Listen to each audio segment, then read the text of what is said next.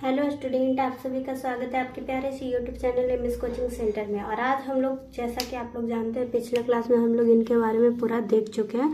और आज हम देखने वाले हैं इनके द्वारा लिखा गया चैप्टर, जो कि है एक एकांकी है, नहीं सॉरी एकांकी नहीं है, एक निबंध है। और ये है हमारा ये एक लेख और एक पत्र, देख सकते हैं आप लोग। यही है हमारा चैप्टर और आज हम लोग इसी को अच्छी तरीके से पढ़ेंगे। तो चलिए सभी लोग तैयार हो जाइए फटाफट से, आज हम लोग देखने वाले हैं ये। चलिए स्टार्ट करते हैं वीडियो को फटाफट। विद्यार्थी और राजनीति, इस बात यहाँ पे मैं अपना वो ले लेती हूँ पेन अपना, देन फिर मैं आपको ये अच्छे से बता पाऊँगी। चलिए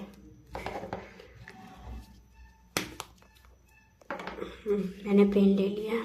चलिए, विद्यार्थी और राजनीति, इस बात का बड़ा भारी शोर सुना जा रहा है कि पढ़ने वाले नौजवान विद्यार्थी राजनीतिक या पॉलिटिक्स कार्यों में हिस्सा ना लें। पंजाब सरकार की न्याय बिल्कुल ही न्यारी है। विद्यार्थियों ने कॉलेज में दाखिल होने से पहले इस आशय की शर्त पर हस्ताक्षर करवाए जाते हैं कि पॉलिटिक्स कामों में हिस्सा नहीं ले। देखिए, इस बात का ना बहुत ज़्यादा शोर मच चुका है कि जो नौजवान मतलब विद्यार्थी लोग हैं वो राजनीतिक यानी पॉलिटिक्स में हिस्सा नहीं लेंगे। और जो पंजाब की सरकार है उनकी न्याय तो बहुत ही अलग है।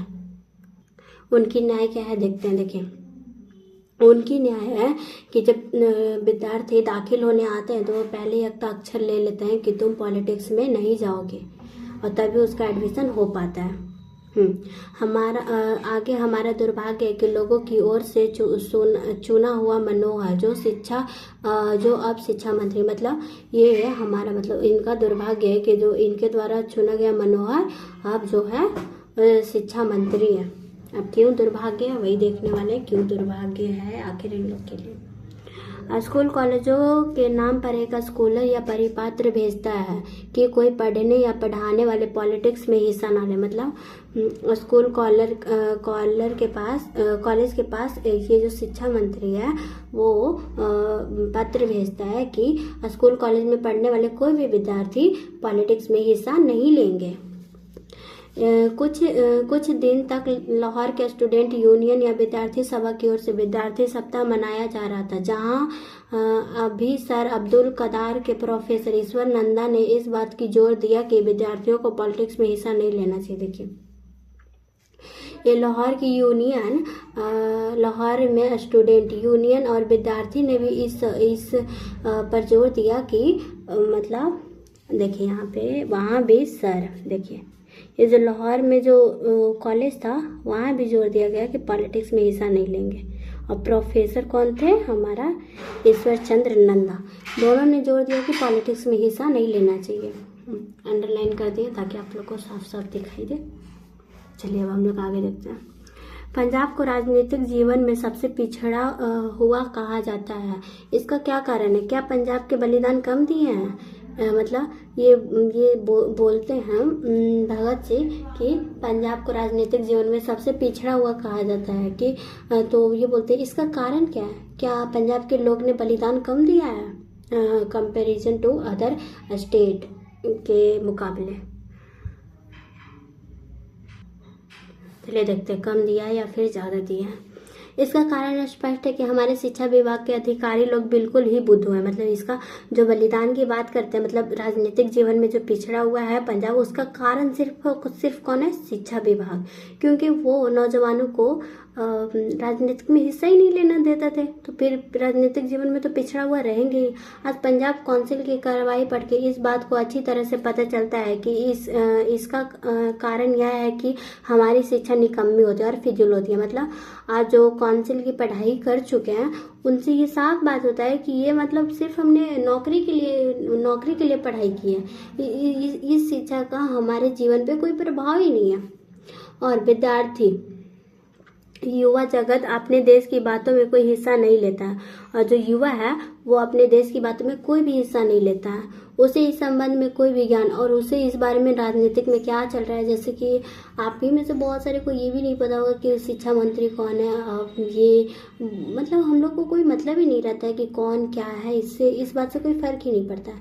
जब वे पढ़ कर निकलते हैं तो उनमें से कुछ ही आगे पढ़ते हैं। देखिए, जब कोई पढ़ के निकलते हैं तो कुछ ही मतलब आगे की पढ़ाई करते हैं, बाकी लेकिन वे ऐसी कच्ची कच्ची बातें करते हैं जिसे सुनकर स्वयं ही अफसोस कर बैठोगे, सिवाय कोई चारा नहीं होता।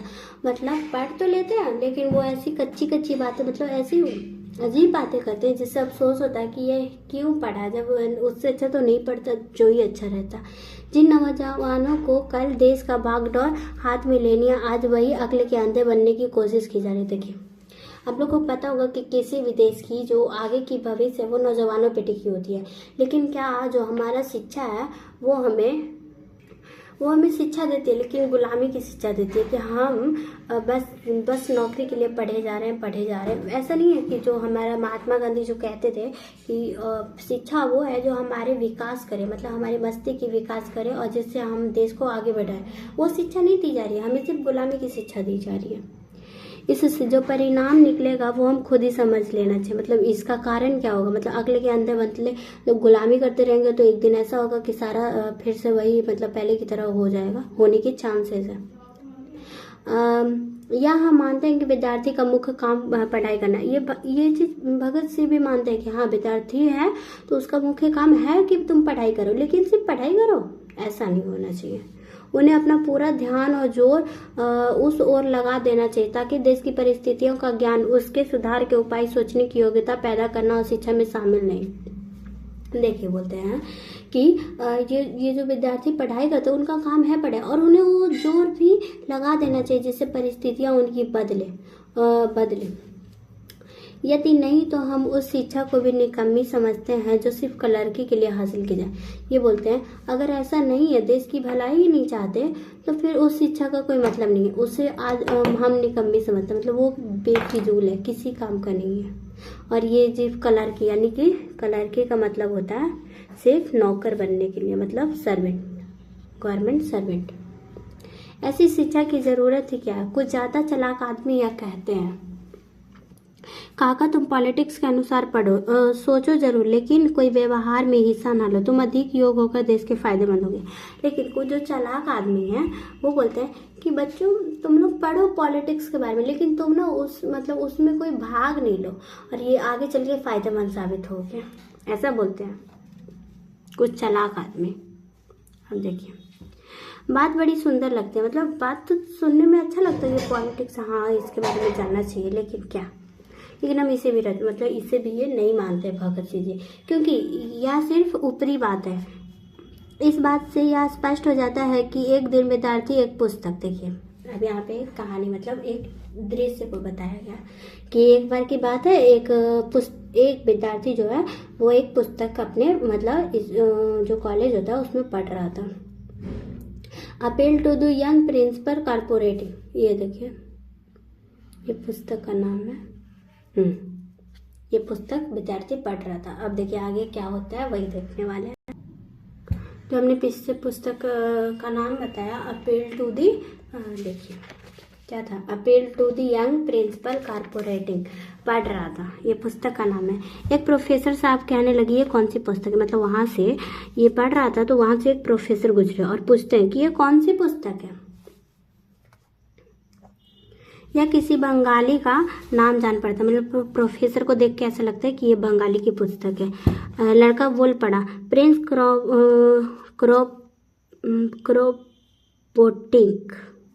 पोटकिन, सॉरी यहाँ पे थोड़ा मेरा वो होता है।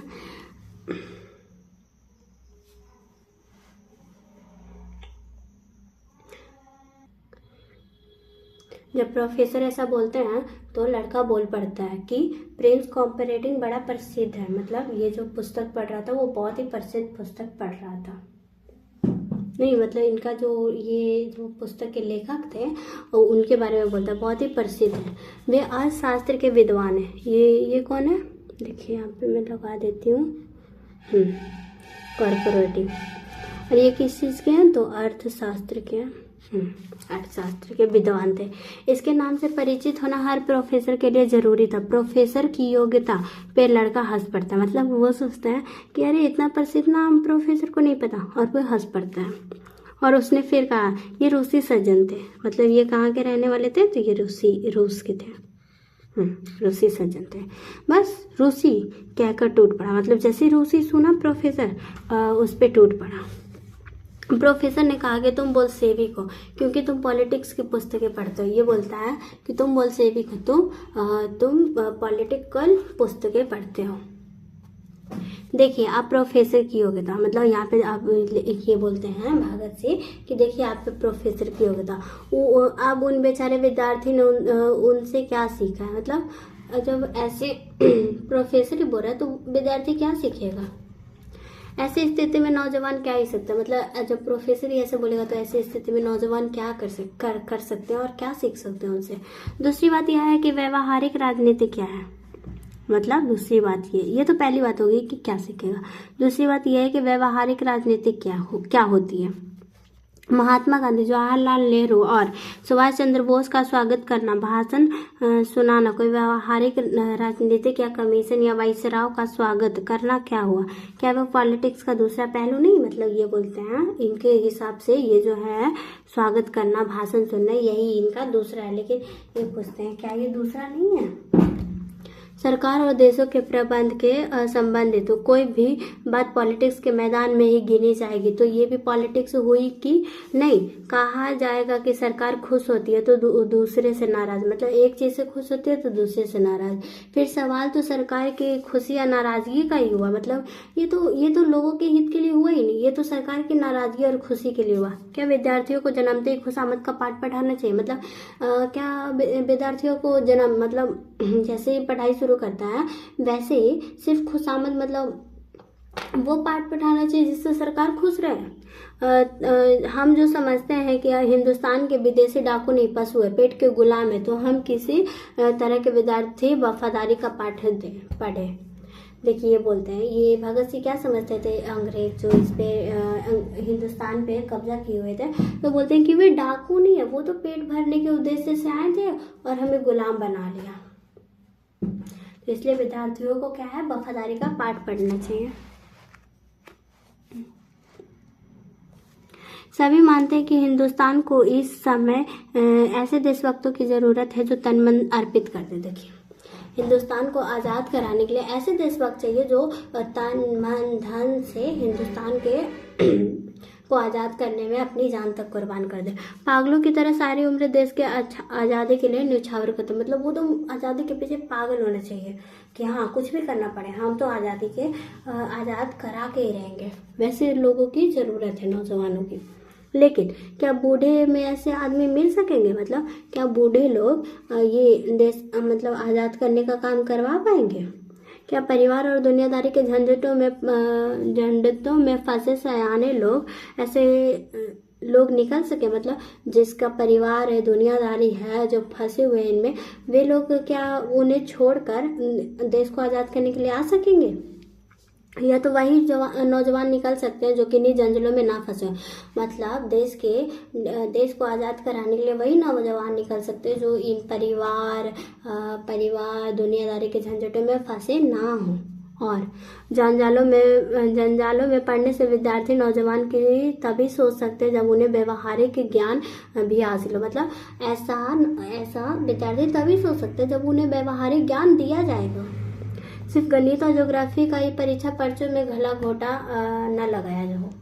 देखिए वे वही नौजवान निकल सकते हैं जिन्हें सिर्फ ये नहीं कि पढ़ा दिया गया, इतिहास पढ़ रहा है, ज्योग्राफी पढ़ रहा है, गणित पढ़ रहा है, ये पढ़ रहा है, वो पढ़ रहा है, ऐसे लोग गला घोट के पढ़ा हुआ, मतलब किताबी कीड़ा जिसको क्या है, वो तो कभी नहीं निकल सकेगा, जो जिसे सिर्फ गुलामी के लिए यूज किया जाता है।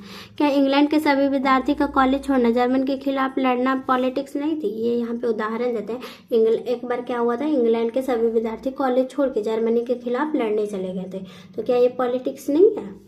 तब हमारे उद्देश्य कहाँ था जो उनसे कहता जाकर शिक्षा हासिल करो, मतलब वो भगत सिंह बोलते हैं कि तब ये जो अभी बोल रहे हैं कि मतलब विद्यार्थी को पॉलिटिक्स में हिस्सा नहीं लेना चाहिए। उस समय ये उपदेश कहाँ था, उन्हें वहाँ भी जाके बोलना चाहिए था कि तुम लोग पॉलिटिक्स में नहीं जाओ, तुम लोग जाके पहले शिक्षा ग्रहण करो।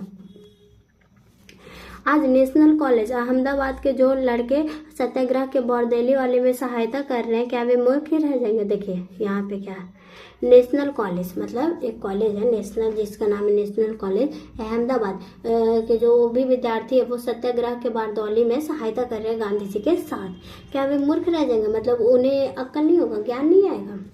सभी देशों को आज़ाद करवाने वाले वहाँ विद्यार्थी को नौजवान ही हुआ करता है। मतलब कोई भी देश की आज़ादी के पीछे किसका हाथ होता है? तो नौजवानों का ही हाथ होता है। क्या हिंदुस्तान के नौजवान अलग अलग रहकर अपने और अपने देश के अस्तित्व बचा पाएंगे? मतलब अलग अलग, मतलब वो अलग सोच रही है, अलग सोच रहा है, तो क्या ऐसे देश को बचा पाएगा, अस्तित्व को? नौजवान 1919 में विद्यार्थियों के किए गए अत्याचार नहीं भूल सकते। देखिए नौजवान 1919 में क्या हुआ था, जालियांवाला हत्याकांड हुआ था, जिसमें निहत्थे मतलब जो निहत्थे लोग उन्हें एक कुछ मीटिंग के लिए बुलाया गया और उस पर अंधाधुंध गोलियां चला दी गई उन निहत्थे लोगों पे। क्या वो अत्याचार को कभी नौजवान भूल पाएंगे? हम लोग इतने दिन हो गए, हम लोग को याद है, तो वो तो यार उस समय की बात ही अलग थी, तो वो तो याद ही होगा उन्हें। वे सभी समझते हैं कि उन्हें भारी क्रांति की ज़रूरत है। मतलब सभी लोग ये सोचते हैं कि उन्हें भारी क्रांति चाहिए। वे पढ़े, जरूर पढ़े, साथ ही साथ पॉलिटिक्स का भी ज्ञान हासिल करें। मतलब वे पढ़े लिखाई करें, सब कुछ करें, लेकिन पॉलिटिक्स का भी ज्ञान होना चाहिए। जब ज़रूरत हो तो मैदान में कूद पड़े और अपना जीवन इसी काम में लगा दे। लिखिए पढ़ाई लिखाई करके जब ऐसे ज़रूरी हो कि चलो आंदोलन छिड़ गया, ये हो गया, वो हो गया, तो वो उस मैदान में कूद पड़े। लेकिन उसके लिए क्या, उसके लिए भी तो उन्हें कुछ मालूम होना चाहिए। ऐसे ही कोई क्यों अपने प्राण की आहुति देने जाएगा जब उन्हें वो पता ही नहीं रहेगा कि आखिर इससे होगा क्या? तो इसके लिए तो पढ़ाई करनी पड़ेगी ना। अपने प्राणों का इसी में उत्सर्ग कर दे, मतलब अपने प्राण तक इसमें न्यौछावर कर दे, वरन बचने का कोई उपाय नजर नहीं है। वरना ऐसे ही देश गुलाम ही रहेगा, इससे बचने का कोई भी उपाय नजर नहीं आता। यही था हमारा विद्यार्थी और राजनीति के बारे में। जैसे बोलते हैं कि विद्यार्थियों को पढ़ाई के साथ साथ राजनीति का भी थोड़ा बहुत ज्ञान होना चाहिए, ताकि जब देश में ज़रूरत पड़े विद्यार्थियों को इसमें, तो वो अपना जान तक निछावर करने के पहले ये ना सोचे कि क्या होगा। और ये जो देश की आज़ादी जो तय होती है वो आज भी नौजवानों के हाथों में ही होती है। और जैसी नौजवानों की स्थिति रहेगी वैसी ही देश की स्थिति होगी। और जो देश की आज़ाद के लिए क्या नौजवान, बूढ़े लोग निकल सकेंगे? बूढ़े लोग तो खुद ही मतलब उनकी हड्डियाँ ये सब काम नहीं करेगी उतना, जितना ताकत नौजवानों में होता है, क्या वो उतना बूढ़े लोगों में होता है? और जो ये गृहस्थी संभालता है, अपने बच्चों के साथ रहता है, इन जंजालों में फंसा हुआ है, क्या वो निकल सकेगा? ऐसा तो नहीं निकल सकेगा। वो अपने बच्चे बीवी बच्चों को छोड़ के तो नहीं आ सकता ना। इस कहानी का मतलब इस निबंध का इतना ही मतलब था। चलिए अब हम लोग इसका देख चुके हैं सारांश, और अब हम लोग देखने वाले हैं सुखदेव के पास पत्र। तो फटाफट से आप लोग पानी पी लीजिए, तब तक के लिए 1 मिनट का ब्रेक है। उसके बाद हम लोग ये सुखदेव का पत्र स्टार्ट करने वाले हैं, और जिसमें थोड़ा टाइम ज़्यादा लगेगा और बिल्कुल अच्छे से ख़त्म करेंगे हम लोग। तो 1 मिनट का टाइम है, फटाफट से पानी पी लीजिए और हम लोग फिर स्टार्ट करते हैं। चलिए 1 मिनट हो गया और अब हम लोग स्टार्ट करने वाले हैं। ओके 1 मिनट मैं यहाँ पे थोड़ा सेट कर लेती हूँ। चलिए ठीक है, ठीक है। चलिए सुखदेव के पास यहाँ पे पत्र लिखते हैं। देखिए इसमें होता क्या है वो मैं थोड़ा सा आपको बता देती हूँ, ताकि कहानी को मतलब निबंध को पढ़ने में थोड़ा दिलचस्पी हो पत्र को। इसमें भगत सिंह, देखिए पहले सुखदेव जी भगत सिंह के पास पत्र लिखते हैं। सुखदेव जी कहाँ, जेल में बंद है, और सुखदेव जी भगत सिंह के पास पत्र लिखते हैं। तो फिर भगत सिंह जो हैं वो उनका जवाब देते हुए सुखदेव जी के पास पत्र लिखते हैं। और उस पत्र में क्या क्या चीज़ें वर्णन की गई है वही यहाँ पे बताने वाले हैं। इसमें देखिए क्या क्या वर्णन किया। इसमें आत्महत्या के बारे में वर्णन किया गया है, इसमें क्रांतिकारी के बारे में वर्णन किया गया है, इसमें और भी बहुत सारी चीज़ें हैं जो इसमें वर्णन किया गया है।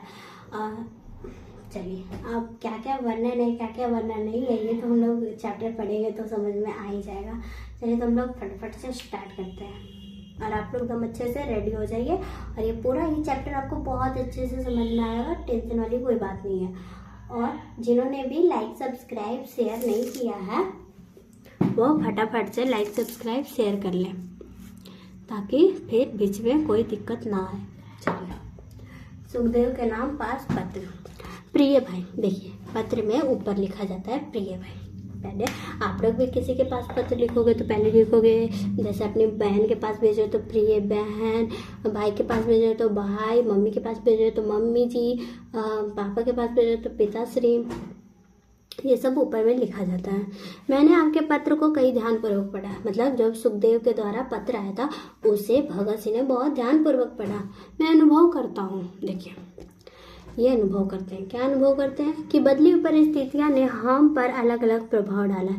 जिन बातों से जेल के बाहर घृणा करते थे वो आपके लिए अब अनिवार्य हो चुके हैं। इस प्रकार मैं जेल से बाहर जिन बातों को विशेष रूप से समर्थन करता था वे अब मेरे लिए कोई महत्व नहीं रखती। देखिए यहाँ पे क्या है कि ये जो सुखदेव जी भगत सिंह के पास जो पत्र देखते हैं वो भगत सिंह बहुत ध्यान से पढ़ते हैं और अनुभव करते हैं कि जो आपकी सोच अब वहाँ पे हो गई है वो पहले मेरी सोच थी, मतलब मैं भी उसी तरह का सोचता था। और अब मतलब जब सुखदेव जी बाहर थे जेल से तो वो जिन चीज़ों से घृणा करते थे जेल के, अब वो उनके लिए आवश्यक हो चुका है। लेकिन अब जो भगत सिंह के भी विचार बदल चुके हैं, अब समझते हैं कि अब मेरे लिए ये सब अब कोई मायने नहीं रखता उतना। उदाहरण, मतलब यहाँ पे उदाहरण देते हैं कि कौन सी बातें बदल चुकी है। मैं व्यक्तिगत प्रेम को विशेष मानने वाला था, मतलब व्यक्तिगत प्रेम को विशेष मानते थे भगत सिंह, परंतु अब इस भावना का मेरे हृदय में मस्तिष्क का कोई स्थान नहीं रहा। मतलब अब भगत सिंह को व्यक्तिगत प्रेम सा कोई उतना हृदय में और मस्तिष्क में उतना विशेष स्थान नहीं है जितना पहले हुआ करता था। बाद में आप इनके कड़े विरोधी थे, मतलब जब वो जेल से बाहर थे सुखदेव तब ये कड़े विरोधी थे, परंतु इस संबंध में अब आपके विचार में भारी परिवर्तन और क्रांति आ चुकी है। लेकिन जब से वो जेल में गए सुखदेव जी वो ये जो है व्यक्तिगत प्रेम को मानने लगे हैं। आप इसे मानव जीवन का एक अत्यंत आवश्यक एवं अनिवार्य अंग अनुभव करते हैं और सहानुभूति से आपको एक प्रकार का आनंद भी प्राप्त हुआ है। देखिए अब बोलते हैं कि आप व्यक्तिगत प्रेम को आप महत्व देते हैं, जो आप पहले नहीं मानते थे अब वो आपके लिए बहुत जरूरी हो चुका है।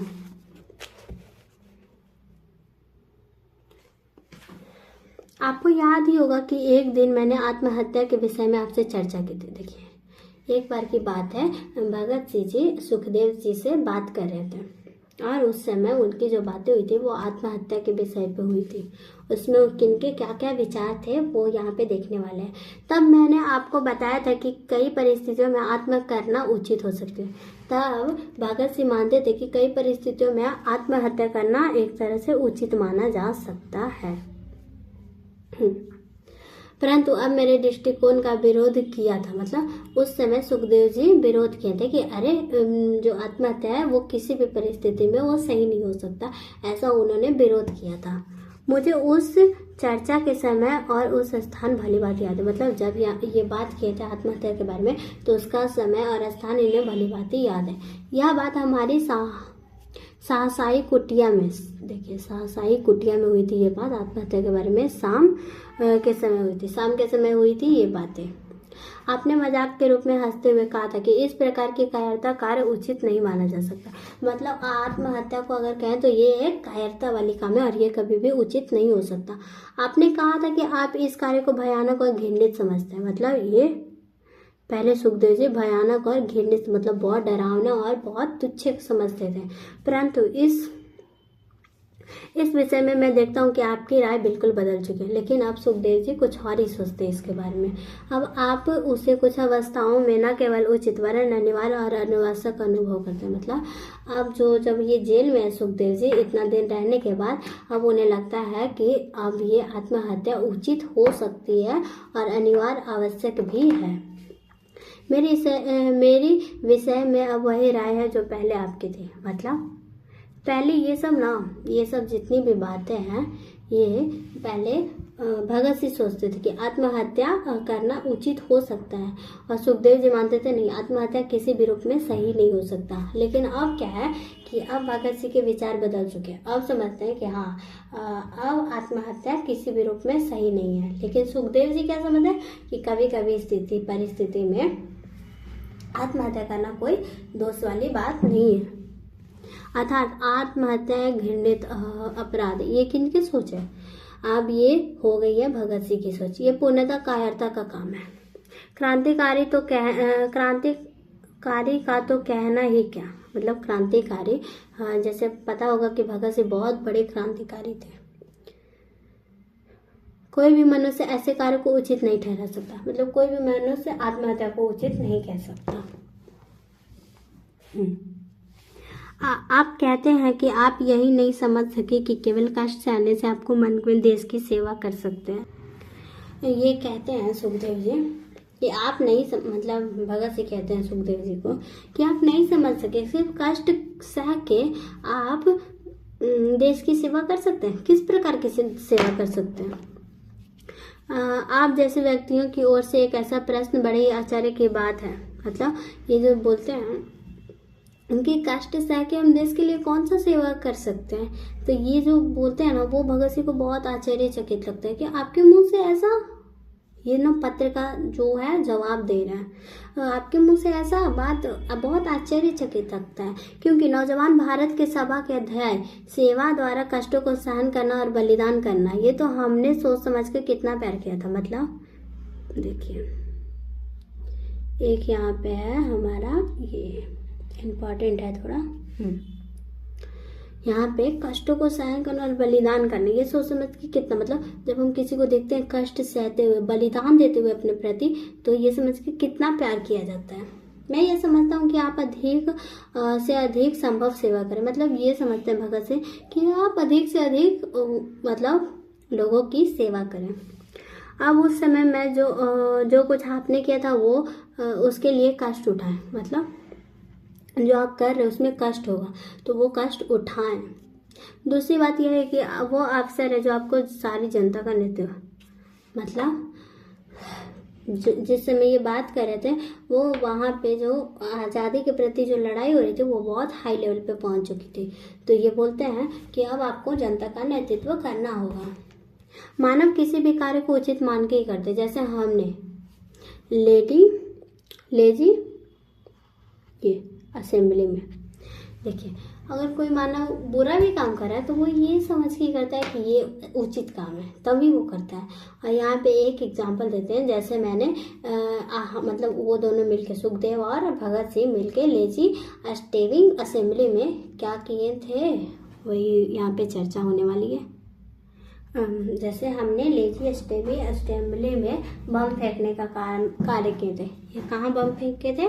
तो लेजी डेवी असेंबली में। कार्य करने के पश्चात उसका परिणाम और उसके फल भोगने की बारी थी। मतलब अब ये कार्य तो कर दिया, बम तो फेंक दिया, अब उसका जो परिणाम निकला, जो फल भोगने की बारी आई, अब उसकी बारी आती है। क्या आपको यह विचार है कि हम इनसे दया की गिड़गिड़ाते हुए दंड से बचने का प्रयत्न किया होता तो हमारा कार्य उचित होता? मतलब ये बोलते हैं कि हमने बम तो फेंक दिया, लेकिन अगर हम सजा से बचने के लिए अगर हम गिड़गिड़ाते तो ये कार्य उचित होता? नहीं, इसका प्रभाव लोगों पे उल्टा होता। मतलब अगर ये ऐसा गिड़गिड़ाते उनके सामने कि हमें क्षमा कर दो, हमें ये गिड़गिड़ाते बहुत ज़्यादा, तो लोगों पे इसका जो प्रभाव पड़ता वो क्या, वो उल्टा पड़ता। जो गिड़गिड़ाने से नहीं पड़ा उसके जस्ट अपोजिट पड़ता। अब हमने अपने लक्ष्य की सफलतापूर्णता हो गया। मतलब ये जो चाहते थे कि बम फेंक के जैसा लोगों में आक्रोश आए, वैसा आक्रोश हो चुका है और हम इनमें पूर्णतः सफल हो चुके हैं। बंदी होने के समय हमारी संस्था राजनीतिक बंदियों की दशा अत्यंत दयनीय थी। मतलब बंदी जब हुआ था भारत, तो हमारे राजनीतिक बंदियों की दशा बहुत दयनीय थी। हमने उसे सुधारने का प्रयास आरंभ, मतलब ये इसी को सुधारना चाहते थे। मैं आपको पूरी गंभीरता से बताता हूँ कि यह विश्वास था कि हम बहुत कम समय के भीतर ही मर जाएंगे। मतलब जब ये फेंक देते परिणाम की बारी आई थी तो इन्हें अच्छे से पता था कि हम लोग बहुत कम समय के भीतर ही मतलब हमें मृत्यु दंड हो जाएगी। हमें उपवास की स्थिति में कृत्रिम रीति के भोजन दिए जाने का ना तो अज्ञान ही था और ना ही विचार ही सूझता था। मतलब उपवास में कृत्रिम रीति के भोजन, ना इन्हें भोजन दिया जाता था, ना इनके पास मतलब ज्ञान था उस तजुर्बे का, ना ही कोई विचार आता था। हम तो मृत्यु के लिए तैयार थे। ये जो उस समय थे वो मृत्यु के लिए तैयार थे, पहले से ही मृत्यु के लिए तैयार थे। क्या आपको यह अभिप्राय है कि आत्महत्या करना चाहते थे? मतलब ये सोचते हैं कि आपको याद है कि आपको ऐसा लगता है कि हम आत्महत्या करना चाहते थे? नहीं, ये बोलते हैं नहीं। प्रयत्नशील होना और श्रेष्ठ के उत्कृष्ट आदर्शों के लिए जीवन दे देना कदापि आत्महत्या नहीं कही जा सकती। देखिए यहाँ पे बोलते हैं आत्महत्या किसे कहते हैं। ये नहीं, जो प्रयत्नशील होना, श्रेष्ठ और उत्कृष्ट आदर्शों पे जो जीवन दे देता है, अपना कुर्बानी दे देता है, उसे हम आत्महत्या नहीं कह सकते।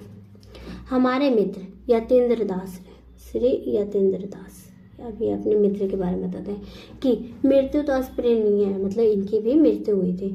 क्या हम इसे आत्महत्या कहेंगे? मतलब उन्हें दिया तो गया फांसी, लेकिन क्या हम इसे आत्महत्या कहेंगे? हमारा कष्ट सहन करना फलीभूत हुआ, मतलब हमारा कष्ट जो हमने सहन किया वो ऐसा नहीं है कि बेकार चला गया। समस्त देश में एक विराट और सर्वव्यापी आंदोलन शुरू हो गया। समस्त जो लोगों में आक्रोश था वो हाई लेवल पे पहुंच चुका है। हम अपने लक्ष्य में सफल हुए और ये जो चाहते थे वो यही चाहते थे कि आंदोलन हो जाए, और ये हो गया और इसमें ये सफल हो गया। इस प्रकार के लिए संघर्ष में मरना एक आदर्श, मतलब इस प्रकार के जो ऐसा लोगों के हित के लिए मरता है वो उसे एक हम लोग आदर्श मृत्यु कहेंगे।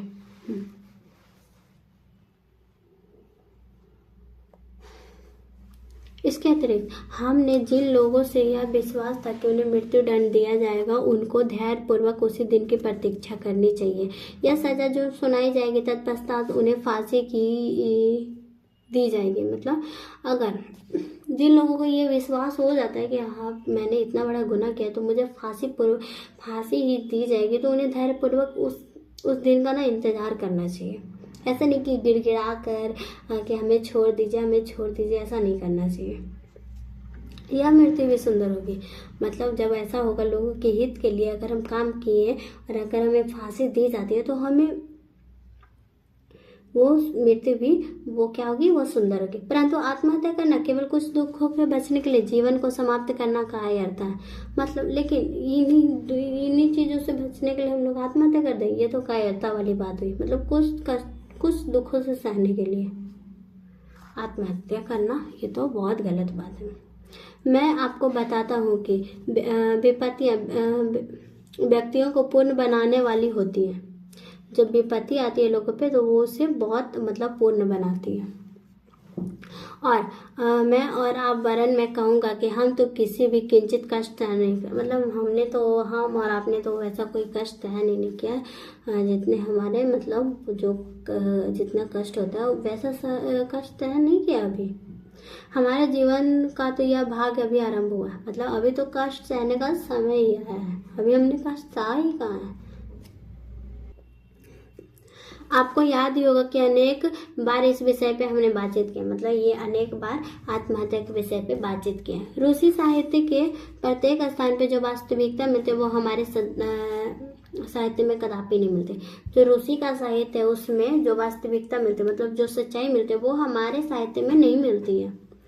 हम उनकी कहानियों में कष्ट और दुखमयी स्थितियों को बहुत पसंद करते हैं। मतलब ये जो रूसी साहित्य में जो वास्तविकता में कष्ट और दुखमयी मतलब जब परिस्थितियाँ आती है तो उसको बहुत पसंद करते हैं। जैसे कोई मूवी का हम लोग कैसे कष्ट वाला भाग जब आता है तो हम लोग के भी आंखों से आंसू निकल आते हैं, तो वही बोलते हैं कि बहुत पसंद करते हैं।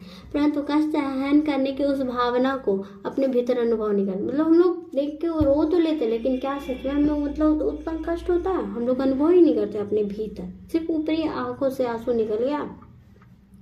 वही हम उनके उन्माद और उनके चरित्र की असाधारण ऊंचाइयों के प्रशंसक हैं। मतलब जब वो इतने ऊंचे पहुंच चुके हैं रूसी के लोग, तब हम लोग उनके मतलब प्रशंसा करते हैं उनके, परंतु इनके कारणों पर सोच विचार करने से कभी चिंता नहीं करते। मतलब इस पे क्या हुआ इसकी कभी चिंता नहीं करते। मैं तो केवल विपत्तियां सहन करने के साहित्य का उल्लेख ने ही उन कहानियों की सहजता, दर्द की गहरी टीस और उनके चरित्र और साहित्य की ऊंचाइयां उत्पन्न की है। हमारी दशा उस समय दयनीय और हास्यास्पद हो गई जब हमने अपने जीवन को अकारण रहस्यवाद प्रविष्ट कर लेते हैं। मतलब उस समय ही हमें इतना दुख हुआ जिस समय हम लोग अपने जीवन को क्या किए, अकारण ही रहस्यवाद में मतलब एक रहस्य वाली नहीं होती, रहस्य की बातें कुछ छुपा लिए। यदि इनके लिए कोई प्राकृतिक या ठोस आधार नहीं होता, मतलब इसके लिए कोई ऐसा नहीं है कि प्राकृतिक ठोस आधार है। हमारे जैसे व्यक्तियों को जो प्रत्येक दृष्टि में क्रांतिकारी होने का गर्व करते हैं, जो प्रत्येक दृष्टि में मतलब ये जो थे वो बहुत बड़े क्रांतिकारी थे और इन्हें क्रांतिकारी होने का बहुत गर्व था। सदैव हर प्रकार के उन विपत्तियों, चिंताओं, दुखों और कष्टों को सहन करने के लिए तत्पर रहना चाहिए, जिनका हम स्वयं आरंभ किए संघर्ष के द्वारा आमंत्रित करते हैं एवं जिनके कारण हम अपने आप को क्रांतिक कहते हैं। मतलब हमें हर समय तत्पर रहना चाहिए उसकी संघर्ष के लिए। मैं आपको बताता हूँ कि जेलों में केवल जेलों के ही कोई व्यक्ति अपराध या पापों जैसा महान सामाजिक विषयों का अप्रत्यक्ष अध्ययन करने का अवसर पा सकता है। मैं आपको इस विषय में मतलब जो बताते हैं, जेलों में जो रहते हैं वही सिर्फ अपराध और पाप जैसे सामाजिक विषयों का मतलब अनुभव कर सकता है। मतलब जो जेल में रहा ही नहीं उसे क्या पता कि जेल का रहन सहन क्या होता है, उन्हें वहाँ क्या रहने से क्या फील होता है, ये सब नहीं वो कर सकते। चलिए अब आगे देखते हैं। पढ़ान और जेलों के ऐसे विषयों को स्व अध्ययन करने के लिए सबसे अधिक उपयुक्त स्थान है स्व अध्याय का सर्वश्रेष्ठ भाग है स्वयं कष्टों को सहना।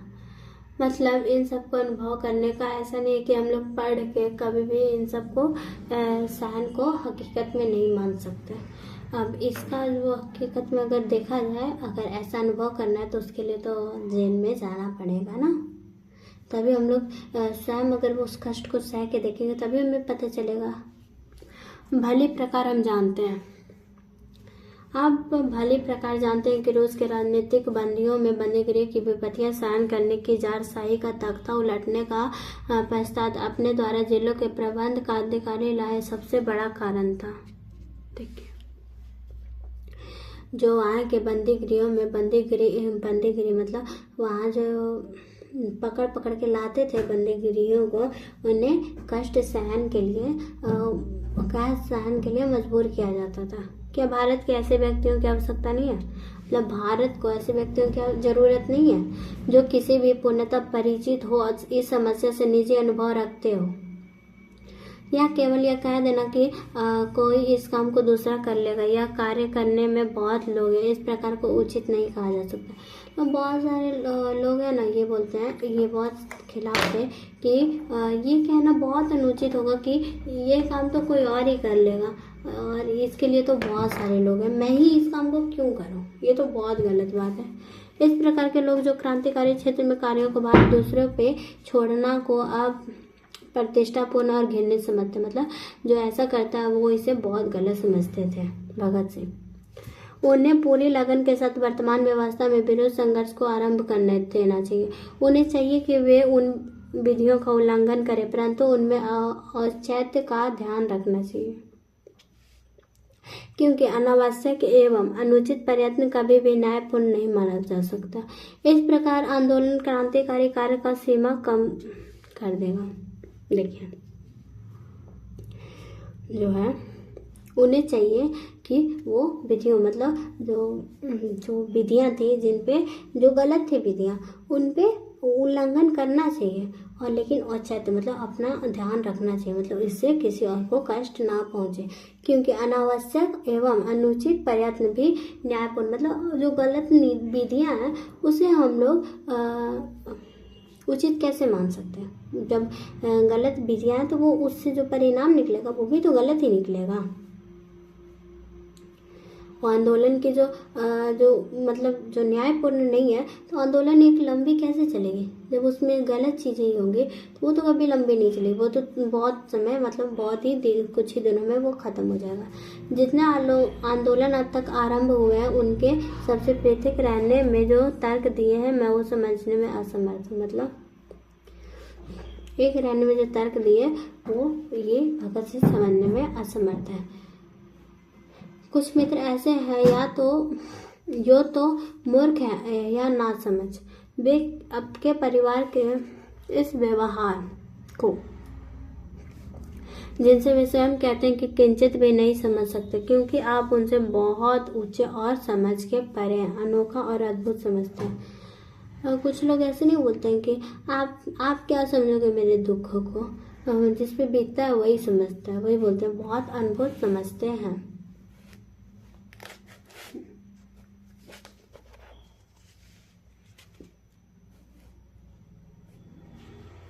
कहाँ गया? आ गया हमारा।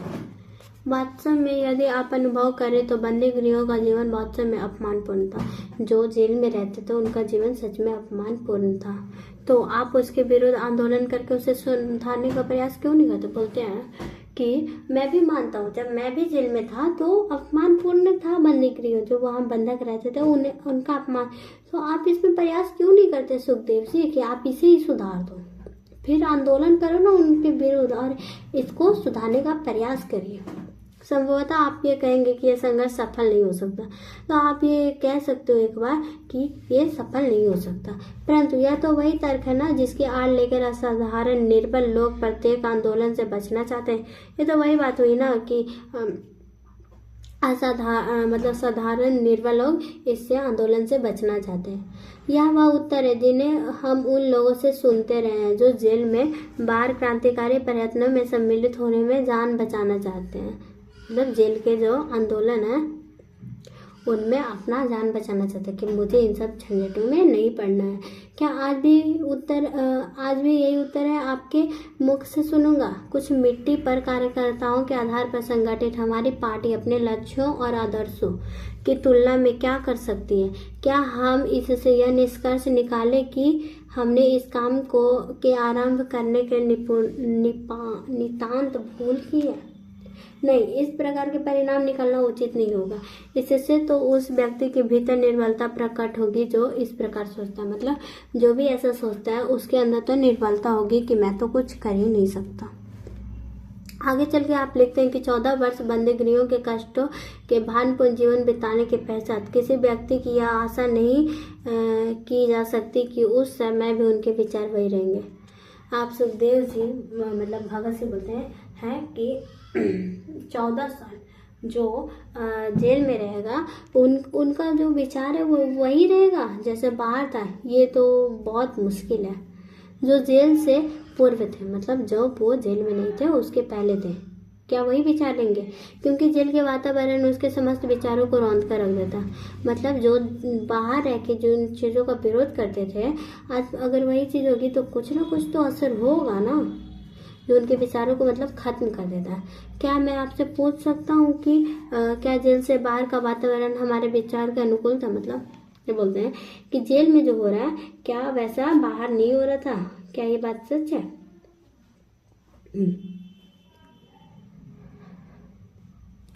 फिर भी असफलताओं के कारण क्या हमने उसे छोड़ सकते थे? मतलब अपनी कमियों के कारण क्या हम उस वातावरण को मतलब आत्महत्या करते, मतलब उसे छोड़ देते? क्या आपको यह आशय है कि यदि हम इस क्षेत्र में ना उतरे होते तो हम कोई भी क्रांतिकारी कार्य कदापि नहीं होता? यदि ऐसा है तो आप भूल कर रहे हैं। यद्यपि यह ठीक है कि हम भी वातावरण से बदलने की बड़ी सीमा तक सहायक सिद्ध हुए, तथापि हम तो केवल अपने समय की आवश्यकता की उपज है। मतलब जब मतलब आवश्यकता हुई तब हम जन्मे हुए एक व्यक्ति हैं, आवश्यकता के समय का उपज है। मैं तो यह भी कहूँगा कि साम्यवाद के जन्मदाता कौन थे? मार्क्स थे। मार्क्स वास्तव में इसी विचार को जन्म देने वाली नहीं, ऐसे विचार को जन्म देने वाला नहीं था। असल में यूरोप के औद्योगिक क्रांति में एक विशेष प्रकार के विचारों को व्यक्ति उत्पन्न किए थे। मतलब जब औद्योगिक का समय था तो अनेक मतलब एक अलग प्रकार का विचार को उत्पन्न किया था। उनमें मार्क्स भी एक था। मतलब मार्क्स के भी जो विचार थे वैसा विचार आना भी एक था। हाँ, अपने स्थान पे मार्क्स को निसंदेह कुछ सीमा तक समय के चक्र की एक विशेष प्रकार की गति देने में सहायक सिद्ध हुआ था। मतलब वो काम करने में मतलब वो कार्य करने में सफल सिद्ध हुए थे। मैंने और आपने, मतलब मैंने और आपने इस देश को समाजवाद और साम्यवाद को जन्म नहीं दिया। मतलब विचारों को, मतलब जो समाजवाद साम्यवाद के विचार है उन्हें जन्म नहीं दिया, वरन या तो हमारे ऊपर हमारे समय की परिस्थिति का प्रभाव को जो हम लोग ये सोचते हैं समाजवाद और साम्यवाद, ये तो हमारी स्थिति जो परिस्थिति चलता गया उसका परिणाम से हम लोग की ये सोचने की शक्ति डेवलप हुई। निसंदेह हमने इन विचारों का प्रचार करने के लिए बहुत कुछ साधारण और तुच्छ कार्य आवश्यक किया है। इसलिए मैं कहता हूँ कि जब हमने इस प्रकार के कठिन कार्य को हाथ में लिया है तो उसे जारी रखना चाहिए और आगे बढ़ना चाहिए। विपत्तियों से बचने के लिए आत्महत्या कर लेना में जनता का मार्गदर्शन नहीं होगा, वरन यह तो एक प्रक्रियावादी कार्य होगा। मतलब उस दुखों के चलते हम इससे हट जाएंगे तो प्रक्रियावादी होगा कार्य। ये जनता को हम लोग मार्गदर्शन का कार्य नहीं करेंगे।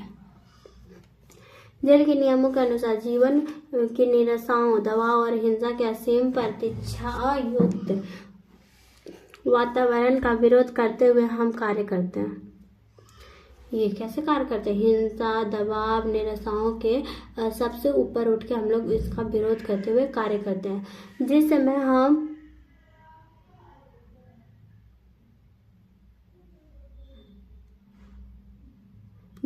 अपना कार्य करते हैं उस समय नाना प्रकार की हमें कठिनाइयों का निशाना बनाया जाता है। तो जब हम ये काम करते हैं तो बहुत सारी कठिनाइयों का सामना करना पड़ता है। यहाँ तक कि जो लोग अपने आप को महान क्रांतिकारी कहने का गौरव अनुभव करता है वे भी हमको छोड़ गए। मतलब जो मतलब जो ये कहते थे कि हम महान क्रांतिकारी हैं,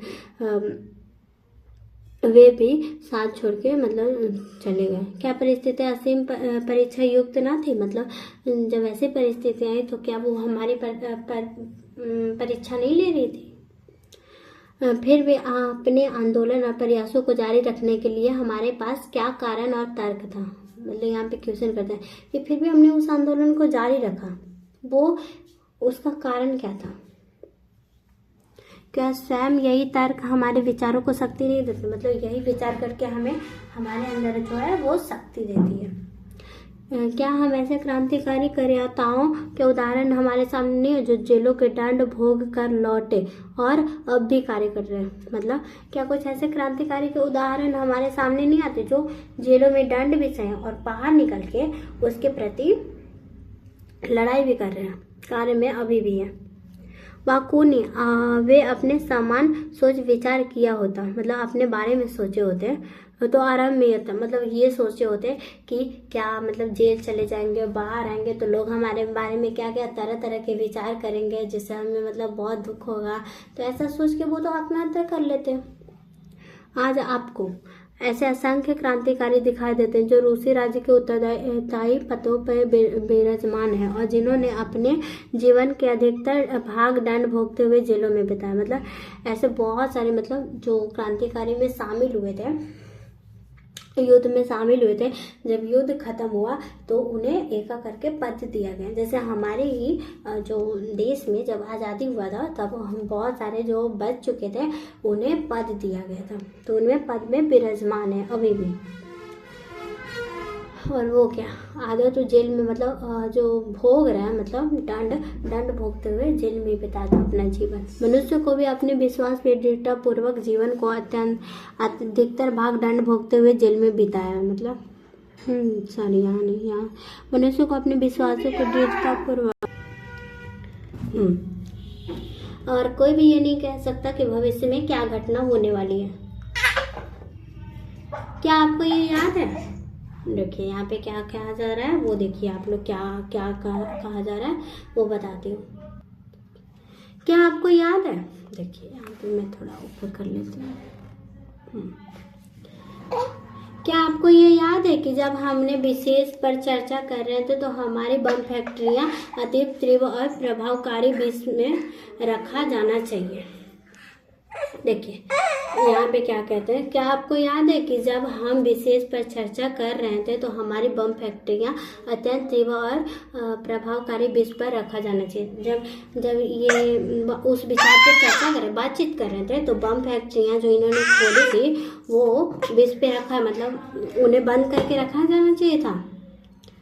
तो और हाँ देखिए क्या विष रखना चाहिए, तो आपने बड़ी दृढ़ता से विरोध किया था जब ऐसा बोले थे कि विष को प्रभावकारी विष भी रखना चाहिए, तो बहुत दृढ़ता के साथ, मतलब बहुत जोर लगा के उन्होंने विरोध किया था कि नहीं, आप इस विचार से घृणित करते हैं कि आप इस पर विश्वास नहीं था, जो था सुखदेव जी को इस पर विश्वास नहीं था। फिर भी अब क्या हुआ, यहाँ तो ऐसी विकट और जटिल परिस्थितियाँ भी नहीं है, मतलब ऐसा परिस्थिति भी नहीं है जिस समय ये फैक्ट्री बम फैक्ट्री के समय था। मुझे तो यह प्रश्न पर विचार करने के लिए घृणा होती है। आपको उस मनोवृत्ति से भी घृणा होती थी जो आत्महत्या करने की अनुमति देती थी, मतलब आपको उस चीज़ से भी घृणा होती थी जो ऐसा आत्महत्या करने पे मजबूर कर दे। आप मुझे यह कहने के लिए क्षमा करें कि आपने अपने बंदी बनाए जाने के समय इन विचारों के अनुकूल कार्य किया होता, अर्थात अपने विष खाकर उस समय आत्महत्या कर ली होती, तो आप क्रांतिकारी कार्य की बहुत बड़ी सेवा होती। मतलब जिस समय ये जब हुआ था, अगर आप उसी समय आत्महत्या कर ली होती विष खाकर, तब ये क्रांतिकारी में जो है वो लोगों के जो हित के लिए कार्य कर रहे हैं हम लोग, उसमें बड़ी सेवा होती। किंतु अब आप आत्महत्या करेंगे वो तो किसी काम का नहीं, वो तो व्यर्थ चला जाएगा। परंतु इस समय तो कार्य पर विचार करना हमारे लिए हानिकारक है। मतलब अगर आप इस समय सोच रहे हो आत्महत्या करने के लिए, तो वो तो मतलब हानिकारक है हमारे लिए। एक और विशेष बात जिस पर मैं आपको ध्यान आकर्षित करना चाहता हूँ, एक और बात बोलते हैं, यह है कि हम लोग ईश्वर, पुनर्जन्म, नरक, स्वर्ग, दंड और पारितोषिक अर्थात भगवान द्वारा किए जाने वाले जीवन के हिसाब आदि का विश्वास नहीं रखते। मतलब जो भगत सिंह थे और ये क्रांतिकारी, वो भगवान पे विशेष उतना महत्व नहीं रखते थे, मतलब विश्वास नहीं था उनका। अतः हमें जीवन एवं मृत्यु के विषय में नितांत भौतिकवादी नीति में सोचना चाहिए। मतलब हमें वो नहीं सोचना चाहिए कि हम मर जाएंगे तो नरक में जाएंगे, स्वर्ग में जाएंगे, क्या होगा, दंड मिलेगा, ये सब नहीं सोचना। हमें क्या भौतिकीवादी सोचना चाहिए। एक दिन जब मुझे पहचाने जाने के लिए कोई दिल्ली से लाया गया था, तो गुप्तचर विभाग के कुछ अधिकारी मेरे पिताजी की उपस्थिति में मुझे इस विषय पर बातचीत की थी।